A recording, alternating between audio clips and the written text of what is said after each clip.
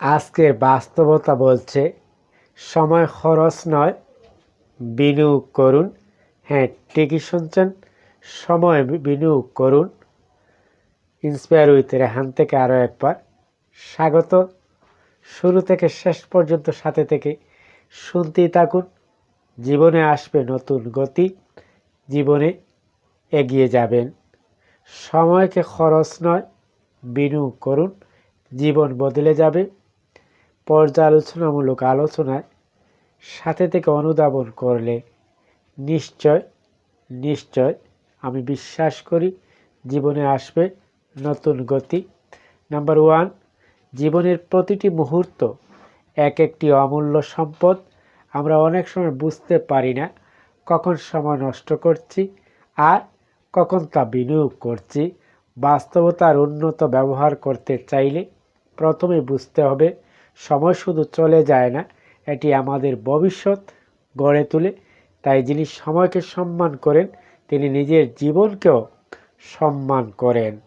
Number 2, সময় অপচয় মানে শুধু কিছু মুহূর্ত হারানো নয়, বরং সম্ভাবনার দরজা বন্ধ করে দেওয়া।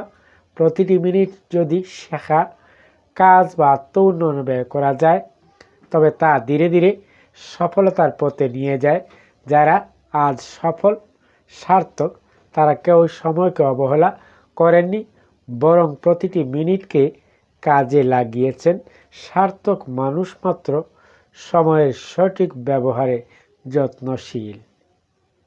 কথার কথা অনেকই হয়, জীবন জুড়ে অনেক কথা শুনছেন, সেরকম নয়। অনুধাবন করলে জীবনে আসবে এই গুরুত্বপূর্ণ কথায় নতুন গতি। নাম্বার 3, সময়কে বিনিয়োগ করা মানে শুধু কাজ করা নয়, এটি নিজের চিন্তা, অভ্যাস, মনোভাবকে গড়ে তোলার প্রক্রিয়া। বই পড়া, নতুন কিছু শেখা, ভালো মানুষের সঙ্গে সময় কাটানো, এসবই সময়ের সেরা বিনিয়োগ। এই বিনিয়োগ একদিন এমন ফল দেবে যা কেবল নিজের নয়, অন্যদের জীবনে আলো ছড়াবে।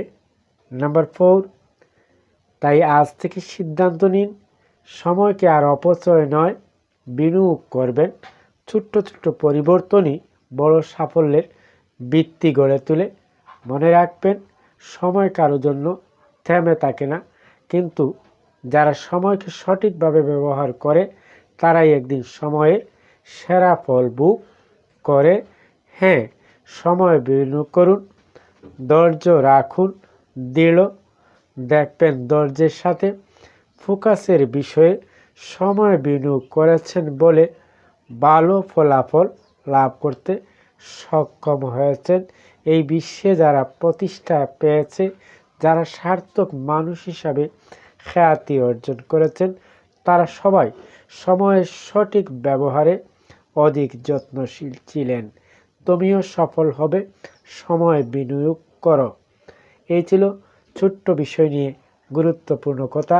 আবার কথা হবে নতুন কোনো বিষয়ে। সে পর্যন্ত ভালো থাকুন, চোখ রাখুন ইন্সপায়ার উইথ রেহান।